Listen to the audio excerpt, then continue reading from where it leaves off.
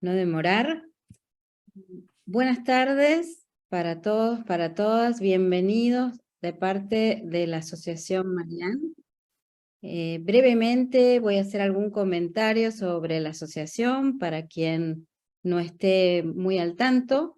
La Asociación Marian es una asociación de mujeres franco-argentinas creada en el año 2010 con el patrocinio de la Embajada de Francia y compuesta por mujeres profesionales referentes en sus áreas de acción, ya sea en lo comercial, en lo artístico, en lo cultural, en lo científico, y que busca promover, intensificar y preservar los lazos entre Argentina y Francia a través de emprendimientos, actividades relacionadas con las temáticas que las socias tienen y que también son actividades que han sido declaradas de interés cultural, social por la legislatura de la ciudad de Buenos Aires. Desde Asociación Marian hemos diseñado esta actividad de hoy en el mes de julio, un mes particular relacionado con el aniversario de la Revolución Francesa, pero también con la fiesta nacional argentina, la independencia argentina. Y proponemos hoy este conversatorio que va a tratar de identificar y conversar sobre los idearios revolucionarios del viejo y el nuevo mundo, a través de promover algunas reflexiones entre Argentina y Francia, con una mirada que vincule aquellos puntos que se pueden trazar como comunes y las diferencias entre ambos procesos revolucionarios. Para este conversatorio tenemos un invitado especial, el doctor Juan Carlos Frontera. El doctor es abogado, profesor en ciencias jurídicas, doctor en historia, profesor ordinario de historia de derecho y de historia constitucional de la Universidad de El Salvador, profesor adjunto regular de historia del derecho argentino en la Universidad de Buenos Aires, conferencista nacional e internacional, y tiene más de 100 publicaciones en su especialidad. El doctor va a conversar en esta oportunidad con una de nuestras socias, Marian, Silvia Fesquet, quien va a moderar este conversatorio. Silvia es periodista, editora en jefa de redacción de Clarín, integrante de la comisión directiva de Asociación Marian, presidente del capítulo argentino de International Women's Forum. Entonces, luego de esta presentación, comenzamos con el conversatorio. Muchas gracias por estar. Bueno, buenas tardes a todos quienes están conectados hoy para seguir esta actividad, y volvemos a agradecer al doctor Frontera por participar hoy para debatir un poquito con estas dos fechas, digamos, tan importantes, tanto para Francia como para Argentina, dos fechas fundantes: la Revolución Francesa de 1789, la Declaración de la Independencia del 9 de julio de 1816, para tratar de ver, analizar un poco los idearios de cada uno de estos acontecimientos, de qué manera está esta tentación siempre de buscar, de qué manera los acontecimientos de Francia influyeron, no solo en la declaración de independencia de los criollos, digamos, de nuestras tierras, sino en toda la región. El fenómeno de la independencia en América, en lo que conocemos como Latinoamérica, no fue un hecho aislado. Digamos, la primera rebelión fue Quito en 1765, había un tema económico, ¿no?, en los movimientos que se generaron de este lado del Atlántico. En el caso de Quito fue una revuelta por la imposición del estanco de aguardiente y para los víveres en la aduana. Después fue Yucatán, después fue la de Tupac Amaru en Perú. En el caso de Francia, bueno, había un conflicto social y político, digamos, que derivó en los acontecimientos revolucionarios, pero es interesante ver cómo, a pesar de la distancia, un movimiento terminó influyendo, aún con orígenes diferentes, en lo que sucedía en estas tierras tan lejos de allí. Y vamos a hablar también de qué manera estos movimientos influyeron, digamos, en el decurso de la historia de los dos países, qué pasó con esos idearios originales, cómo fueron derivando o desvirtuándose, y vamos a hablar también de distintos aspectos del rol de las mujeres en cada una de estas situaciones. Así que, bueno, me parece que como para dar inicio y ponernos bien en autos, está bueno analizar un poco los contextos en los cuales se produjeron estas dos situaciones, digamos, tan fundamentales, tan determinantes para cada uno de los países. Así que, Juan Carlos, te damos la palabra. Bueno, primero, muchísimas gracias por la invitación a participar de este momento con ustedes de reflexión. Gracias, Silvia, por la interpelación intelectual para poner estos dos procesos en paralelo junto con otros. Yo he tenido experiencia de participar en seminarios de historia del derecho franco-mexicanos, fui quizás como un producto del sur, o un testigo del sur hacia ese lugar más central, y de alguna forma llevando un poco el ideario de esas influencias del viejo mundo, en particular de Francia, con algunos procesos intelectuales que se fueron dando en Sudamérica. Pero la interpelación que mencionaba tiene que ver con el rol de la mujer. Yo confieso que, y esto es un problema metodológico, es a mí dividir por géneros desde chico me costó, porque yo creo que hay que tener una visión integral, ¿no? Ver el mundo de los hombres le pone el velo a las mujeres, y ver solamente el mundo de las mujeres pone el velo sobre los hombres. Y creo que la lucha por las ideas, por la defensa de los derechos, por lograr un mundo mejor, estuvo en manos de ambos, ¿no? Quizás la historiografía de la segunda mitad del siglo XIX y en parte de la del siglo XX no ha sido muy generosa en esa integralidad. Yo creo que de alguna forma tiene que ver con ese proceso del siglo XIX de formar los arquetipos de los ciudadanos, un poco vinculado con ese concepto de Estado-Nación, y era necesario formar el arquetipo del soldado, ¿no? El modelo del ciudadano era el soldado, y teníamos que encontrar esos próceres que estaban en un caballo blanco, perfectamente vestidos y pulcros después de una batalla, ¿no?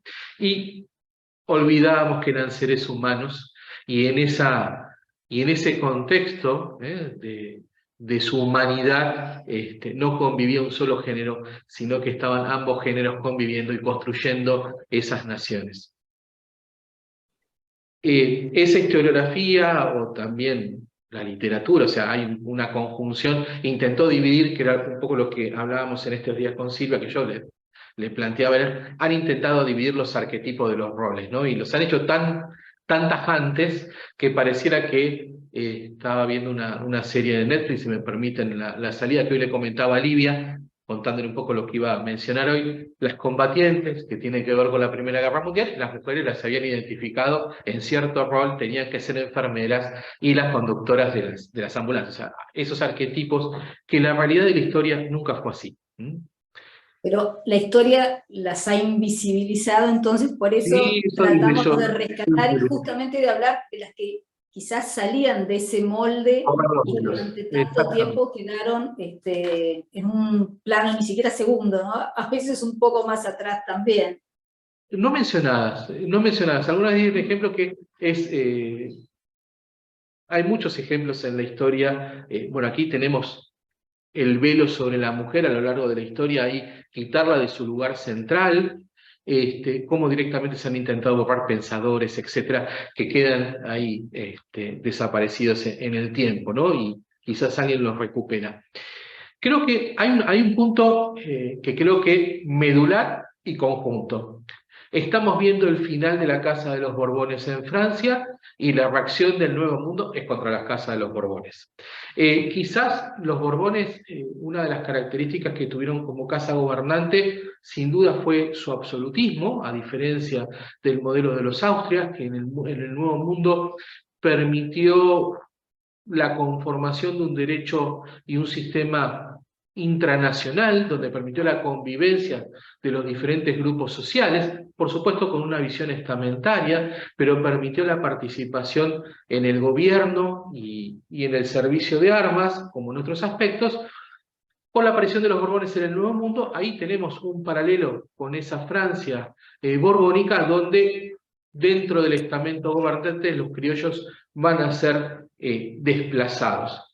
La segunda cuestión que quiero mencionar con respecto a los Borbones, para no tener una mirada negativa, creo que el Nuevo Mundo le debe a Carlos III una mirada geopolítica real sobre el viejo y del Nuevo Mundo. Yo creo que los Austrias no lo tuvieron con respecto al Nuevo Mundo, y de los Borbones, Carlos III, quizás en ese contexto de la Revolución norteamericana, en el proceso de las guerras de independencia norteamericanas, y en ese mundo que comenzaba a tambalear con la mirada del antiguo régimen, claramente Carlos III tuvo una mirada en torno a ese mapa occidental entre Europa y América mucho más completo de lo que tuvieron otros, pero las medidas de esas reformas borbónicas en el Nuevo Mundo, hablo de la reorganización de los virreinatos o el reglamento de libre comercio, no fue suficiente. Silvia menciona otro aspecto que es fundamental, el problema de las crisis económicas. Claramente en ese mundo francés, como en el Nuevo Mundo, lo que está en crisis es el pacto de vasallaje, o sea, se ha quebrado ese pacto de vasallaje, y creo que ahí aparece nuevamente la historia del mundo, que es el problema de el reparto o el acceso a los bienes y servicios por toda la población y la representatividad política. Entonces, cuando encontramos una fuerte crisis económica, Francia no pudiendo salir totalmente de un modelo feudal, podemos recordar que aún en el periodo de la Revolución Francesa estamos encontrando que casi el 50% del territorio francés está bajo un modelo feudal. Esto no es distinto a lo que está sucediendo en Alemania, con características de unidades políticas en modelo de señoríos, aun cuando se está hablando de el ingreso pleno al modelo del Estado moderno. En el Nuevo Mundo está pasando algo bastante similar, porque ese monopolio español impuesto por los Austrias a través de lo que se conoció como el mercantilismo español, que es un modelo de exacción de metales, un poco España intentando financiar sus guerras en el viejo mundo, y de esa forma fue desatendiendo los problemas del Nuevo Mundo, no pudo abastecer con mercancías, tuvo que apelar a otras potencias extranjeras para poder abastecer las necesidades del Nuevo Mundo, y eso generó también un modelo de, como ustedes saben, de un comercio paralelo, el contrabando, y eso generó una tensión entre ese monopolio y el contrabando, que en última instancia lo que fue describiendo Silvia en muchos de estos levantamientos tuvo que ver con quienes pertenecían o no al monopolio español. La mayoría no estaba beneficiada, y eso generó algunas reacciones.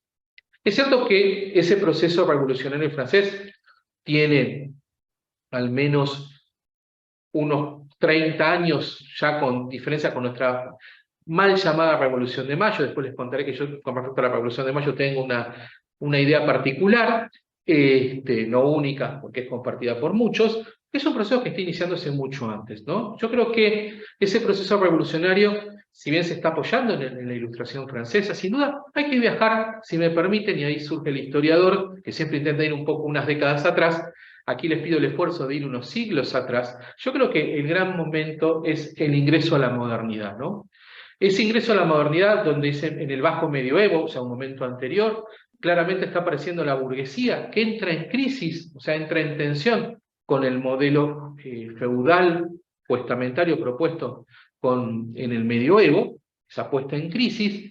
Por un lado, el hombre se replantea que no quiere el ser humano, no el hombre. El ser humano se plantea que no simplemente quiere ser un eslabón o una pequeña herramienta dentro del tiempo y que no va a poder tener ningún tipo de mejora y que tiene que aceptar el sufrimiento o lo que le tocó en gracia, de acuerdo al estamento en el cual ha nacido, me refiero a los estamentos sociales.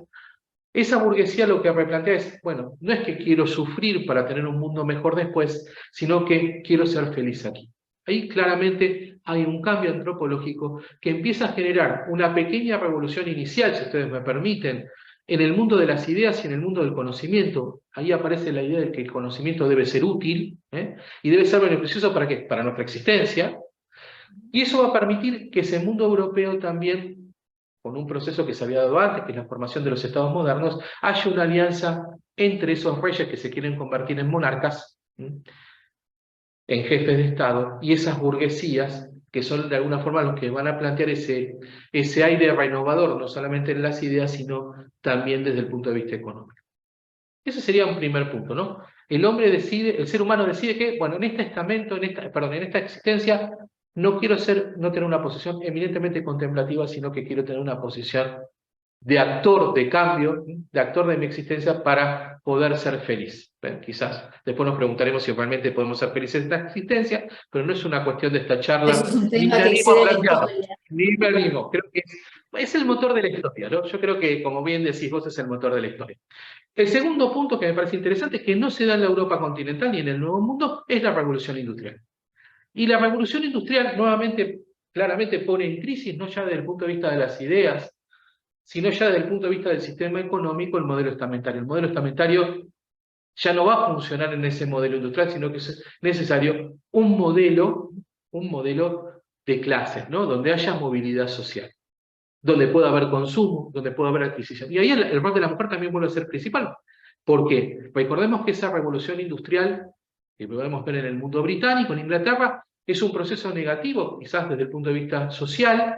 El hombre pierde su rol central como proveedor, y quienes comienzan a ser cabezas de familia en muchos casos son las mujeres. Fenómeno muy parecido con la inmigración que vamos a tener nosotros a finales del siglo XIX. Y en el XX, donde la mujer pasa a ser cabeza de hogar por otras circunstancias que no nos da el tiempo para la charla. Pero ahí tenemos nuevamente que la revolución industrial también está planteando un problema de igualación. ¿Para qué? Para el acceso a bienes y servicios. En los hechos no se da, porque la revolución industrial también favorece, como en el antiguo régimen, la concentración económica, si me permiten, ¿no? No hay un derrame ni un reparto de la riqueza, pero lo que está exigiendo es que todos tenemos que tener la capacidad de ser propietarios. Ya hay un anuncio, hay una exigencia, quizás desde ese punto antropológico, donde el hombre en ese siglo XVI se reposiciona, el ser humano donde quiere estar en la creación. Ahí lo vemos desde el punto de vista económico, y la siguiente exigencia, que claramente la Revolución Francesa, la Ilustración y luego la Revolución Francesa la va a receptar, es: tenemos que abandonar el concepto de vasallo y comenzar a tener el concepto de ciudadano. Ahí ya aparece la exigencia jurídica. ¿Desde el Nuevo Mundo está pasando esto? Sí. No quizás por una cuestión temporal, por una cuestión temporal se van a dar en ciertas, de otra manera. Va a ser claramente un tema de, digamos, de igualdad para poder lograr la representatividad política en el gobierno. Sin duda los Borbones, como yo les mencionaba recién, cuando llegan a partir del 1700 al trono español y generan las reformas borbónicas, los criollos van a comenzar a ser desplazados de las posiciones gubernamentales. ¿Y eso qué va a generar? Va a generar una resistencia hacia los cuadros administrativos, pero también va a ser desplazado del servicio de las armas. O sea, dentro de lo que sería la esfera del poder colonial, los criollos van a ser desplazados. Con respecto al rol de la mujer, yo insistí hace un momento de que se puso un velo, y sobre todo yo creo en la historiografía del siglo XIX y la del siglo XX, en gran parte del siglo XX. Sí. ¿Cómo, perdón? No, que en gran parte del siglo XX también, digamos, es bastante reciente esta idea de empezar a mirar a las otras protagonistas y a reivindicar de alguna manera. Bueno, por ejemplo, hace el año pasado fue reivindicada acá en el Congreso formalmente Remedios del Valle, que era la capitana del ejército de Belgrano, una figura que además era negra, era totalmente invisibilizada para la historiografía oficial, digamos, ¿no? Teníamos algunas mujeres, bueno, Juana Zurdo y algunos nombres emblemáticos, Macacha Güemes, pero digo, había otras ideas, ha habido otras quizás que también quedaron ahí en un plano muy, muy, muy lejos de lo central, ¿no? Muchísimo más, yo creo. Y un poquito a esto. Hay una historiadora del derecho argentina, Marcela Aspel, que si bien nació en Buenos Aires, está radicada en Córdoba, y el año pasado en una de sus conferencias hablaba de la mujer y la universidad, ¿no? Y aquí para tomar casos de ambos lados del Atlántico. Y claro, si uno lo toma con datos duros, números duros, es cierto, la mujer se comienza a incorporar claramente en el mundo universitario en la segunda mitad del siglo XX. Aquí en Argentina podemos hablar de las primeras graduadas a finales del siglo XIX, como hechos, digamos, aislados. No podemos decir que la mujer se incorpora a la universidad porque tenemos un graduado. Pero Marcela dice algo que es cierto, la mujer no está en los claustros, pero eso no significa que la universidad no fue a las mujeres. Si bien parece un juego de palabras, para mí es muy interesante desde este punto de vista. Esas bibliotecas están en las casas, por supuesto, de las familias más adineradas que pueden tener esos elementos. También esas mujeres están participando de las reuniones intelectuales donde están los hombres. No estoy diciendo que tienen una acción principal o tienen un papel preponderante, pero eso no implica que esas mujeres están alejadas del conocimiento. Entonces, esos hechos que van apareciendo tanto en el proceso de independencia americano como en el proceso revolucionario francés o en otros procesos europeos, no los tenemos que dar como un elemento que aparece de pronto, sino que hay toda una historia detrás, hay todo un proceso histórico donde la mujer no estuvo alejada desde el conocimiento, estuvo privada de poderlo manifestar y poderlo comunicar, estuvo privada de poderlo transferir. Hay una frase que la tenemos en Rousseau, y mismo Belgrano la reproduce cuando se habla de la necesidad de educar a las mujeres. Por supuesto, Belgrano se está basando en Rousseau, o sea, no lo cita, pero se está basando claramente en Rousseau. ¿Por qué necesitamos que las mujeres se eduquen? Porque van a ser las que van a educar a las futuras generaciones. O sea, es sin duda la necesidad de que la mujer tenga una formación. El otro elemento que vos recién mencionabas, algunas mujeres argentinas, y a mí en mi memoria aparecía, por ejemplo, Mariquita Sánchez de Thompson, una mujer que luchó desde su juventud para evitar ser casada con quien no quería y luego luchó para casarse con su ser amado. Lamentablemente ese amor fue efímero, pero lo logró, lo logró. Fue sede su campo. Como dos vertientes, ¿no? Ella luchaba por sus derechos y además ella habilitaba sus salones, como pasó también en Francia, para que el germen de estas ideas tuviera como un lugar de debate y de trabajo, ¿no? Y tenemos otras que directamente, bueno, empuñaron las armas y fueron al frente de batalla, o sea, hay como distintas formas, ¿no? Sí. Pero ahí tenemos dos salones, la ponía en paralela. Marquita Sánchez de Thompson, y en su salón se tocó por primera vez la marcha patriótica, que claramente en la letra completa, que ustedes conocen mejor que yo seguramente, se habla completamente de la independencia de España, no es una cuestión menor, pero también podemos recordar a Marie-Joan Roland, que es la esposa de uno de los ministros de gobierno de Luis XVI, una mujer que tiene un final trágico, porque va a pasar por la guillotina, va a ser arrestada, como ustedes saben, en el lugar de su esposo, que su esposo ve la peligrosidad de su cautiverio y posterior ejecución y huye, pero ella es una partícipe no solamente en la organización de esas veladas, sino también en el trabajo de la corte, porque Mariquita Sánchez Thompson, si me permiten hacer el paralelo, Mariquita supo desenvolverse en la justicia colonial y luego en el periodo patrio. Y supo manejarse en esas cortes, si me permiten el paralelo. Como María de Roland, que también lo hizo hábilmente y pudo contribuir a la formación y al desarrollo intelectual de las ideas revolucionarias.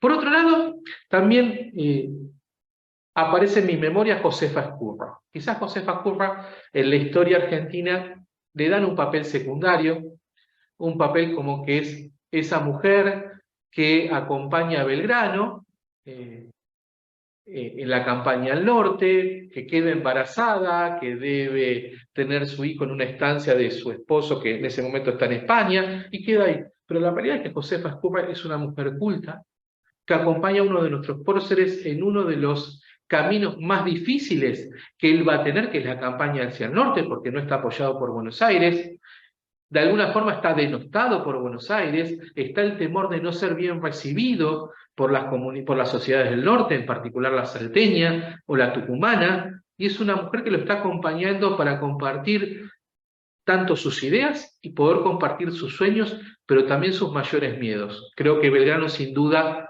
a Josefa Skurra seguramente le debe haber confesado sus mayores temores. En ese paralelo podemos pensar a Remedios de Escalada, que Remedios de Escalada siempre aparece pobre, es cierto, aparece como una pequeña niña de 15 años que se termina casando Bueno, es con que un así hombre suelen mayor. aparecer las mujeres, ¿no? Como acompañantes en roles No eran menores. absolutamente, bueno, los que se les adjudicaban a las mujeres, ¿no? Como el rol de la abnegada mujer que bordaba junto con las damas, ¿no? Mendocinas.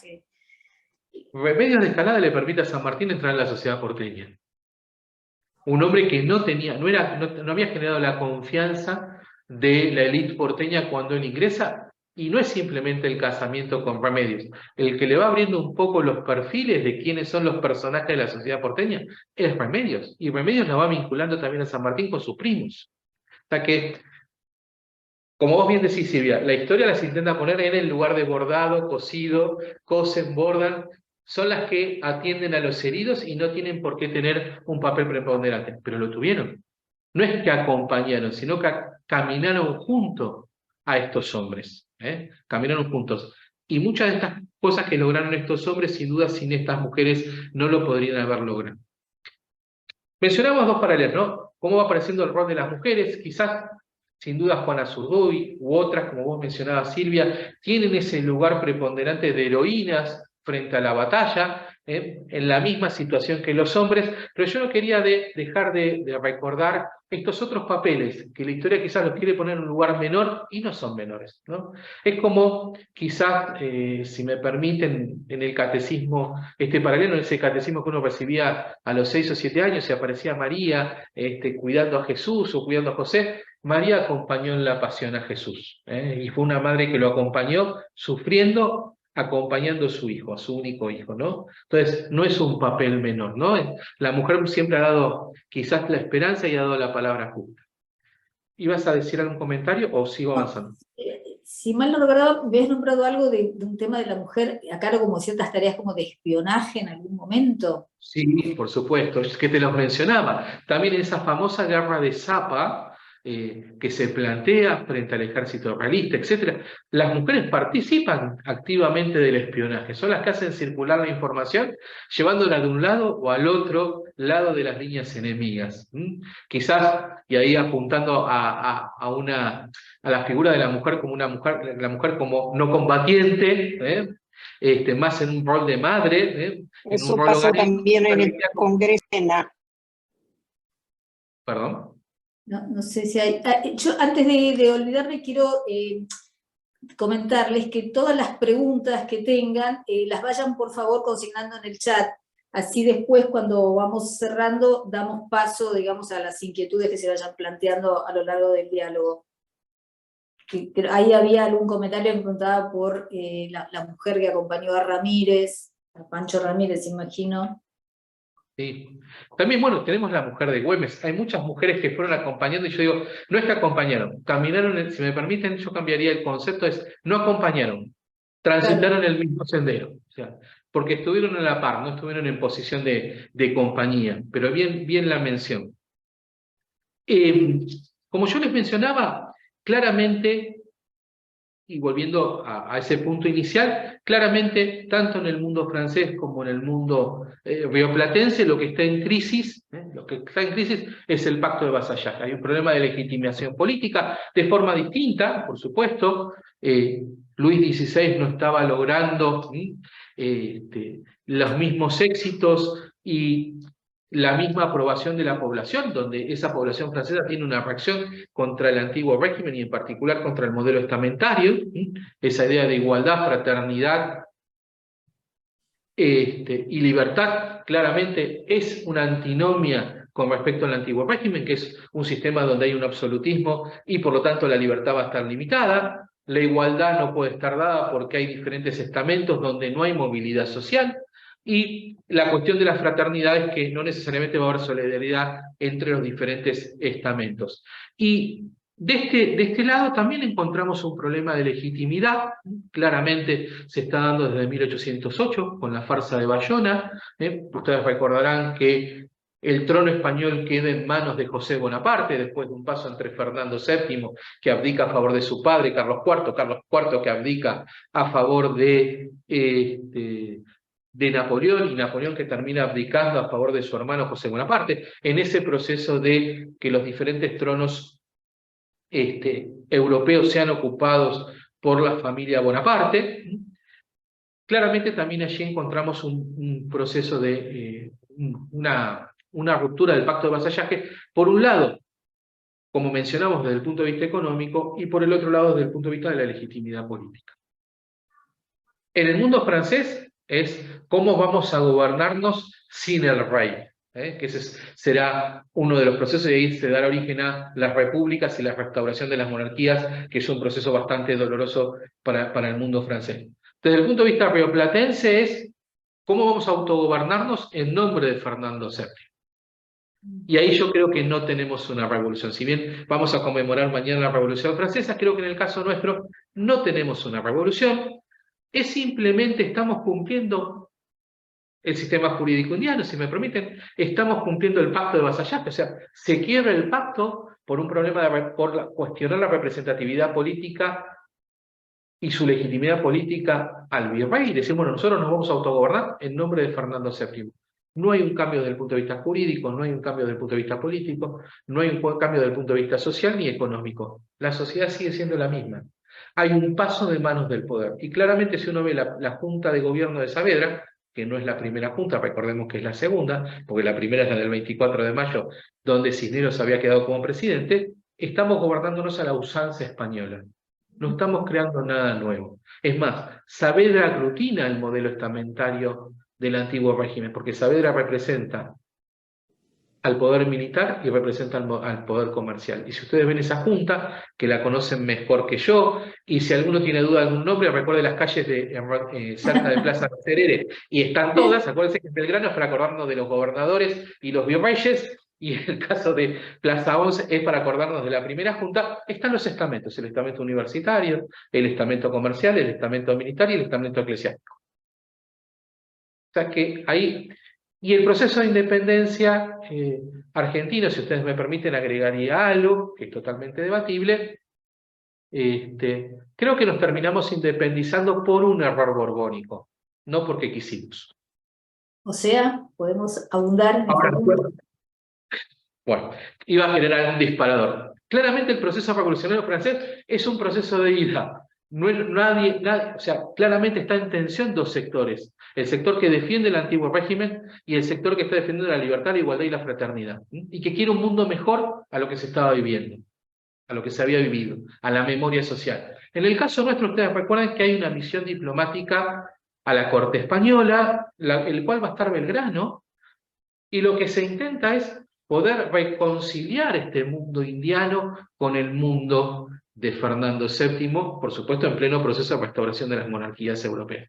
Quizás el que no lo supo ver fue Fernando VII, que su respuesta es: yo quiero la cabeza de los revolucionarios, en lugar de intentar conformar una nueva alianza, reconocer autogobiernos, y quizás hubiera tenido algo bastante parecido al modelo británico, como modelo imperial, que es lo que pudo hacer y realizó y generó un quiebre, ¿no? Recuerden esa sesión secreta del 8 de julio, donde Belgrano da cuentas de esa misión diplomática que había hecho España, donde claramente dice, bueno, ya no hay más camino que declarar la independencia, ¿no?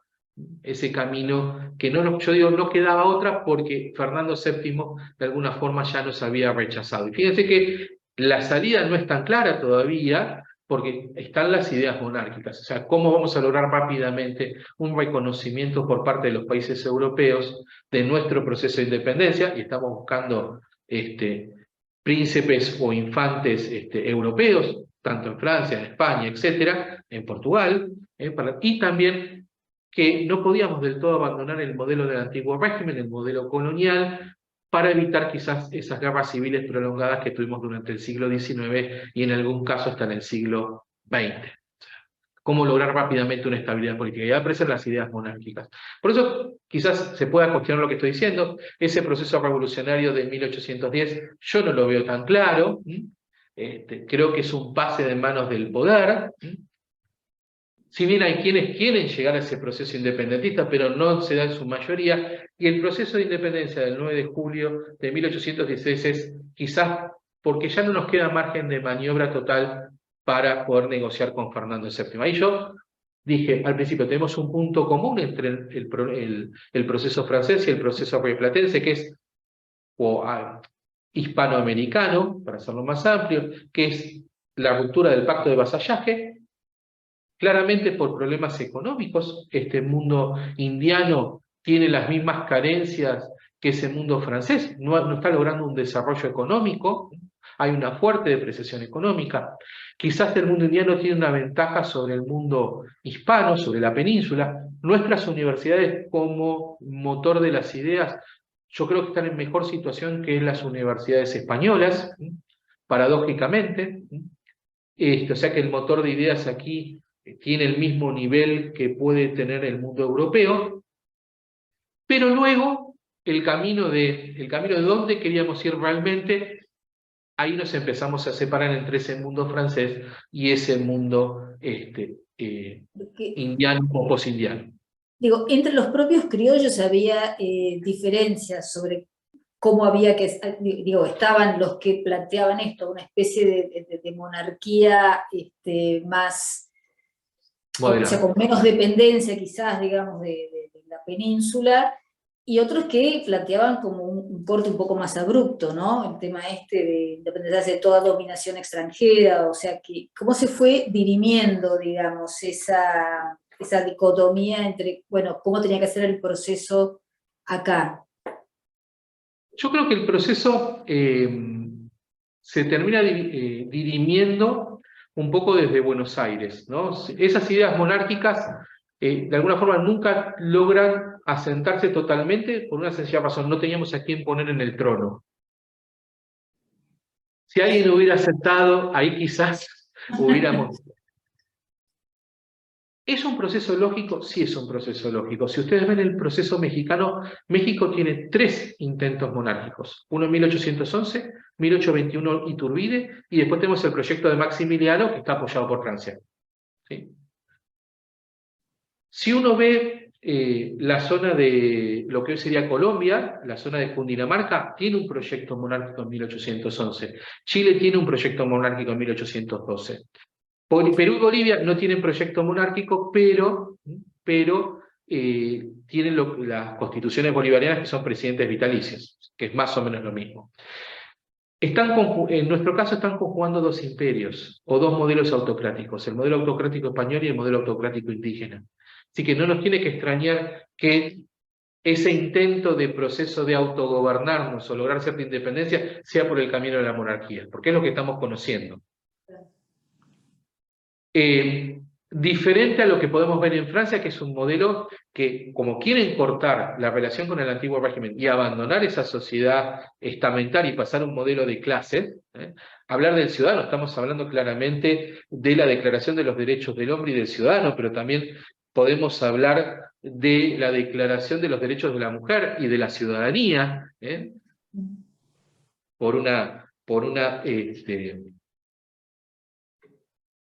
recuerdo que es Clorín, pero no recuerdo el apellido, que ya me lo voy a recordar, que es una de las que aparece. Olympe de Gouges. Exactamente, la Declaración de los Derechos de la Mujer y de la Ciudadana, que ella dice que la mujer tiene derecho a subir al cadalso, entonces tiene que tener el mismo derecho de subir a la tribuna, ¿no? Como planteando el principio de igualdad. Exactamente. Entonces, digamos, y como les decía, aquí el camino hacia la República tiene que ver también con otro proceso que tenía que agregar. A ver, la corona española lo que hizo con el Nuevo Mundo es restringir la circulación de ideas. O sea, las ideas fuera del mundo hispánico no podían circular en nuestro territorio. Tengan presente que tanto se habla del contrato social de Rousseau, la realidad es que el contrato social de Rousseau ingresó por contrabando. Y en muchos casos se conoció en las tertulias. O sea, ¿qué significa la tertulia? Para aquellos que no lo conocen, imagino que todos, pero por las dudas que alguien no lo conozca. Son las reuniones donde se comentan una obra. Entonces, se conoce a veces indirectamente. Recuerden que la primera traducción del contrato social de Rousseau es de 1811 al castellano. ¿Qué significa? Con la Revolución de Mayo, que para mí sería la mal llamada Revolución de Mayo, pero vamos a hablar de la Revolución de Mayo, se abre el puerto e ingresan las obras filosófico-políticas y filosófico-jurídicas casi 300 años. O sea, de pronto el mundo sajón y el mundo francés ingresa rápidamente. Que podemos hablar que se puede leer de primera mano tanto en inglés o el francés porque hay gente que maneja las dos lenguas, ¿no? Entonces, quizás sabemos que en forma indirecta llega el pensamiento alemán, o sea, que lleva generalmente a través de traducciones al francés, pero digamos que todas las obras del mundo anglosajón y del mundo franco ingresan al territorio, pero ingresan en forma abrupta. Y eso va a generar un fenómeno que es muy interesante, que es el eclecticismo criollo. O sea, ante la necesidad de resolver los problemas prácticos, no tenemos una teoría propia. Tomamos lo mejor de cada una de las teorías. Se hace una sincresis. Entonces, el modelo republicano para mí se va dando porque, como dije recién, nos independizamos quizás porque Fernando VII no vio la oportunidad de negociar correctamente y lograr ese imperio, pero al mismo tiempo el modelo republicano se impone porque no se puede imponer el otro modelo porque no tenemos a quién imponer. Lo más cercano que tuvimos fue el rey Inca, que pobre Buenos Aires lo rechazó en el primer momento porque no quería tener un rey chocolate, y que terminó el Inca viviendo en forma de mendicidad en las calles de Buenos Aires, o sea que, aun cuando se lo trajo. Entonces, el mundo republicano entró en forma abrupta, que yo creo que ahí tenemos unas dificultades grandes nosotros en nuestro caso, porque el modelo autocrático no lo abandonamos totalmente. O sea, nuestro presidencialismo tiene fuertes rasgos autocráticos. No quiero hablar de algo contemporáneo, pero creo que cada proceso electoral presidencial es quién nos va a salvar. Y eso es una idea autocrática, no es una idea republicana. Es medio inevitable, porque mientras escuchaba hacer todo este decurso, ¿no?, de acontecimientos, uno casi inmediatamente viene asociando, y que esta era una de las preguntas, de los temas para abordar, ¿no? Cómo esos dos movimientos, digamos, tan determinantes para cada uno de los países, terminó modelando de alguna forma cómo se fue implicando y cómo fue permeando, digamos, en la historia posterior de estos países. Sí, mira, yo ahí creo que ambos movimientos son movimientos generosos y solidarios frente a la reacción de una opresión. Una opresión económica, una opresión social, la posibilidad de no poder acceder a bienes y servicios, la falta de legitimidad política y la falta de representatividad política en quien me gobierna. Entonces, son movimientos genuinamente solidarios que están buscando un mundo mejor. Ahí yo creo que está el sueño, ¿no? El sueño de esas sociedades que intentan cambiar ese mundo, ¿no? Ahora estaba recordando los días de octubre o la marcha de octubre, de esas 7.000 personas reclamándole a Luis XVI, bueno, hay hambruna, no hay harina, la harina no es suficiente, donde el papel de las mujeres es primordial en esta movilización. Y yo hago un paralelo pequeño, recordemos por un momento el éxodo jujeño de Belgrano. Las mujeres también tuvieron un papel fundamental para poder sacar esas familias del mundo jujeño y llevarlas hasta las puertas de Tucumán. Entonces, lo que lamentablemente en todo proceso histórico, propio de todo proceso político, es al poco tiempo se va perdiendo esas ideas de solidaridad o de sueños y empiezan a aparecer las tensiones sectoriales, ¿no? Claramente a mí, yo entiendo que ese proyecto inicial, donde vemos el renunciamiento de muchos por el proceso de independencia, por lograr un nuevo mundo, pero un nuevo mundo con la sinceridad del concepto, no un nuevo mundo que trasladaba el antiguo régimen al continente americano, sino generar un mundo de igualdad, de libertad, de fraternidad, con esas ideas francesas. Ya uno a partir de 1819-1820, en el caso rioplatense, ve que fracasa, y fracasa por los intereses o los egoísmos sectoriales. Y en el mundo francés está pasando lo mismo. O sea, los egoísmos o los egos sectoriales hacen que esos proyectos, digamos, del sueño de generar una nueva nación se vaya perdiendo, ¿no? Y quizás muchas veces cuando vemos los procesos actuales estamos viendo nuevamente los egoísmos sectoriales y la falta quizás de una solidaridad completa, o para hacerlo de una forma un poco más amplia, encontrar un proyecto donde nos encontremos todos, ¿no? Porque esos proyectos fundadores veían una sociedad donde todos estábamos incluidos, ¿no? Ese planteo de libertad, igualdad y fraternidad, propio de la Revolución Francesa. Recordemos nuestra asamblea del año 13, que intenta absorber claramente el modelo francés, desde el punto de vista del Ejecutivo, el triunvirato, o sea, que no son ideas que simplemente flotan en el mundo intelectual, sino que están ingresando también en el diseño institucional, claramente, frente a los egoísmos o las tensiones sectoriales. Esos sueños de poder tener un proyecto común se van desvaneciendo, ¿no? Y uno lo puede ver claramente en nuestros péndulos, ¿no? Recién marcabas cómo... Agregaría algo, si me permitís, agregaría una última idea para no olvidarme, ¿no? Sí. A ver si la neurona no hace sinapsis y me olvido. Fíjense que la edad no viene sola. Fíjense que tanto en el mundo francés del siglo XIX y tanto en el mundo argentino del siglo XIX tenemos dos grandes problemas. La precariedad institucional, fíjense, las repúblicas francesas y las restauraciones monárquicas. Fíjense la cantidad de gobiernos que vamos teniendo en el siglo XIX. Claramente ahí tenemos una precariedad institucional. Y también tenemos una provisionalidad constitucional.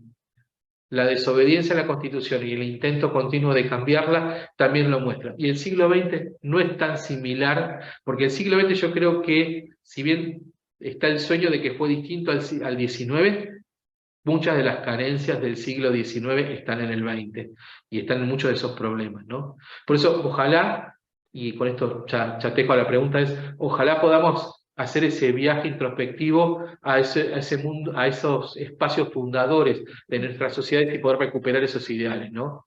Y ver en el otro no un objeto, sino un sujeto. Vos planteabas recién cómo, de alguna manera, el modelo autocrático, ¿no? Digamos, a falta de otros modelos en nuestra historia, cómo después, bueno, si bien hemos tomado algunas de las ideas, pero como ese germen, digamos, parecería haber quedado, y digo, no hace falta hacer nombre ni nada, pero hay una impronta muy fuerte en ese presidencialismo que tenemos de buscar siempre una figura así como casi paternal, ¿no? Más que las ideas, es la persona que pueda encarnar ese ideario. ¿Qué otros elementos de allá como del origen, digamos, de nuestra historia, de nuestros intentos independentistas, etcétera, sentís que permanecen a lo largo del tiempo y que, bueno, de alguna manera modelan el país que somos hoy? Mira, yo ahí tomaría, recién dijimos un aspecto de cultura, que es el modelo autocrático, ¿no? Esas características autocráticas que perviven hoy.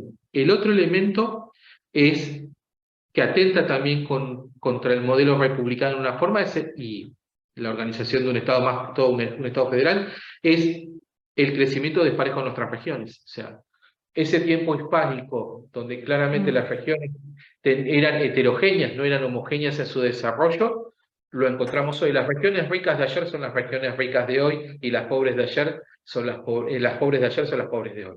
Entonces, esa centralidad del puerto de Buenos Aires, ¿no? Es muy difícil poder construir. Yo creo que para poder construir un Estado federal, la primera dificultad es tener un solo punto geopolítico.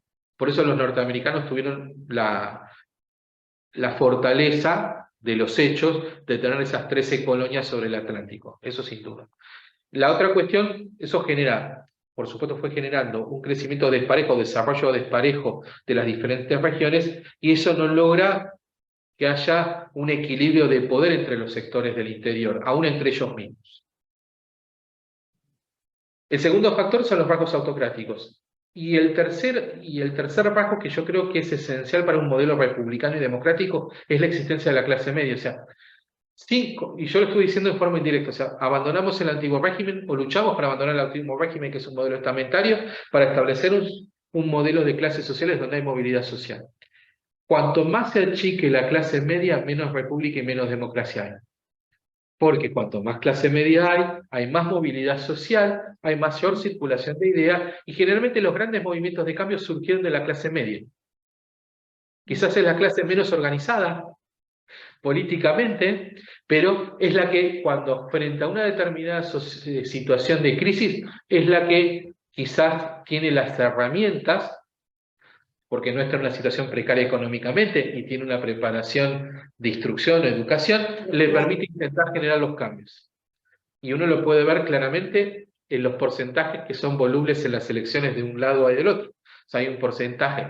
Y claramente, cuanto mayor pobreza o mayor restricción a bienes y servicios haya, esa clase media se va a ir achicando. O sea, algo que también Francia y Argentina habían logrado en el siglo XX como modelos de clase media, se va perdiendo poco a poco. Y eso limita el acceso a la universidad, limita el acceso a los estudios médicos, a la salud, a los estudios medios y también a otros bienes y servicios.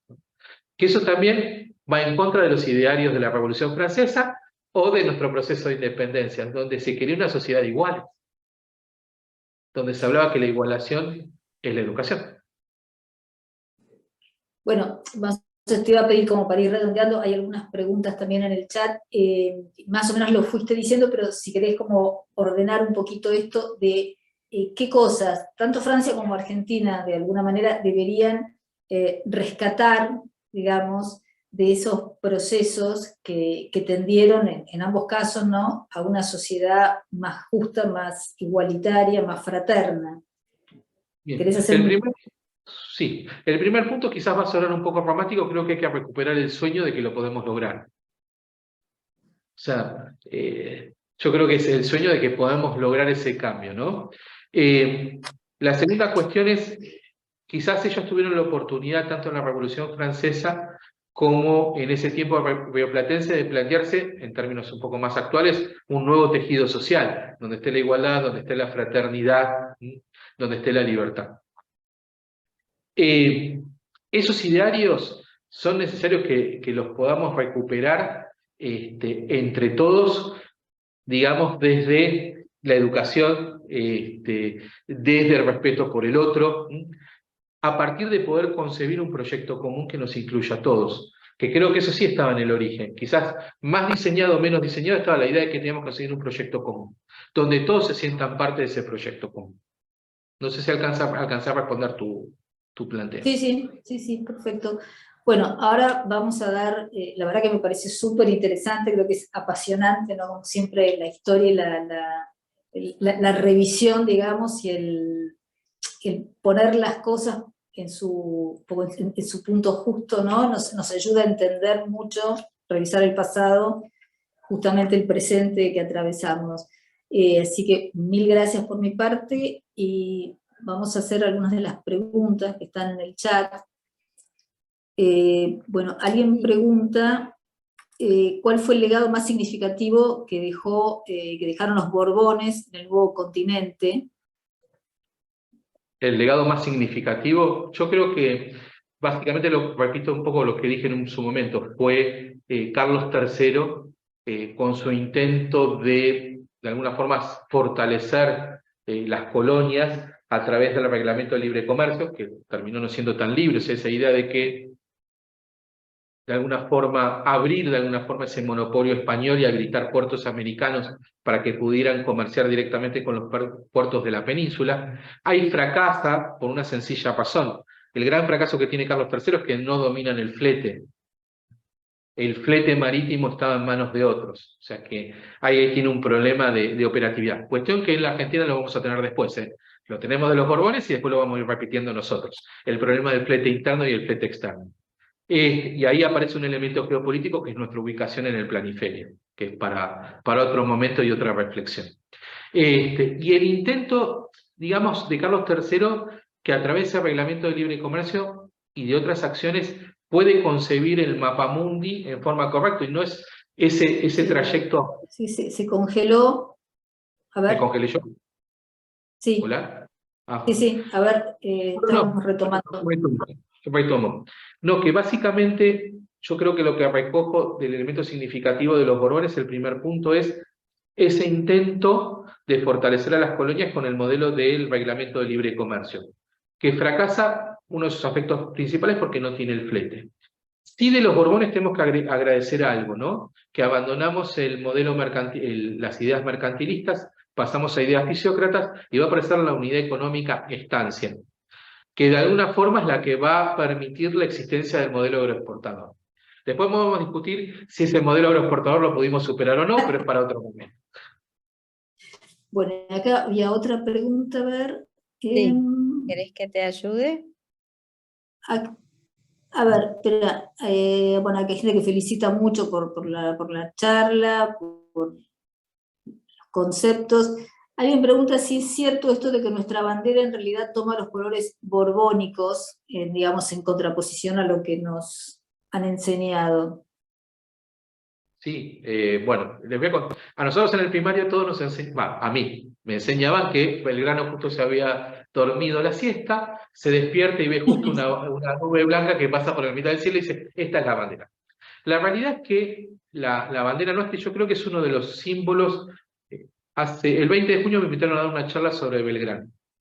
Y un poco el cierre de la charla era con la bandera, ¿no? Y retomar esa idea de los padres fundadores, perdón que esto suena muy americano, pero el término padre fundador o madre fundadora me gusta a mí. Puede haber muchos padres y muchas madres en el caso de las naciones. Es esta idea de que somos una sociedad mestiza, porque hay dos elementos que son interesantes. El celeste es el color de los Borbones, pero el sol no es un sol, sino que tiene que ver con una divinidad inca. Así que Belgrano nos está diciendo que somos una sociedad de mestizos. Y en esa sociedad de mestizos, donde está la diversidad, es la riqueza que tenemos para poder construir. Después, el siglo XIX va a dar por tierra esto, quizás el darwinismo en la segunda mitad del siglo XIX se hace muy fuerte y empezamos a ver como un elemento negativo lo hispánico, ¿no? Y ahí otra división, ¿no? Esos padres fundadores, esa generación fundadora no veía lo hispánico como algo negativo. A partir de la generación del 37 sí. Recuerden que al modelo francés la generación del 37 hablaba de la costumbre de mayo, o sea, olvidémonos de lo anterior. Entonces ahí tenemos una tensión cultural muy fuerte, ¿no?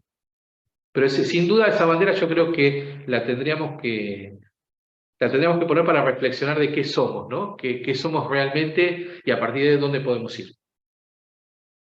Bueno, me parte, creo que muchísimas gracias. Fue, creo que una charla excelente, aprendimos muchísimo, revisitamos, quizás desde otros lugares, bueno, hechos que hemos visto a lo largo del tiempo, pero bueno, quizás con otra mirada, con otro enfoque. Creo que nos vamos con bastante enriquecidos, digamos, sobre los dos procesos que estábamos analizando, así que bueno, muchísimas gracias Juan Carlos, un placer, muchísimas gracias también a todos los que se conectaron y siguieron la charla, y bueno, Marce, si querés cerrar. Muchas gracias, tanto al doctor Frontera como a Silvia Fesquet. La verdad que ha sido un placer este conversatorio, hemos aprendido, hemos identificado cosas y nos vamos con muchas ideas, pero me parece importante destacar algunas. Esto que hablábamos hace un rato de recuperar idearios y de gestionar o generar o crear un proyecto común. Me parecen conceptos que bueno, vienen desde hace tiempo y que hoy son de suma actualidad también. Es como que habría que de alguna forma organizar el camino a seguir dentro de estos conceptos. Le agradecemos muy especialmente también a la doctora Livia Uriol por haber facilitado la presencia del doctor en este conversatorio, que esperamos haya otros sobre otros temas. y les agradecemos muchísimo la participación a todos.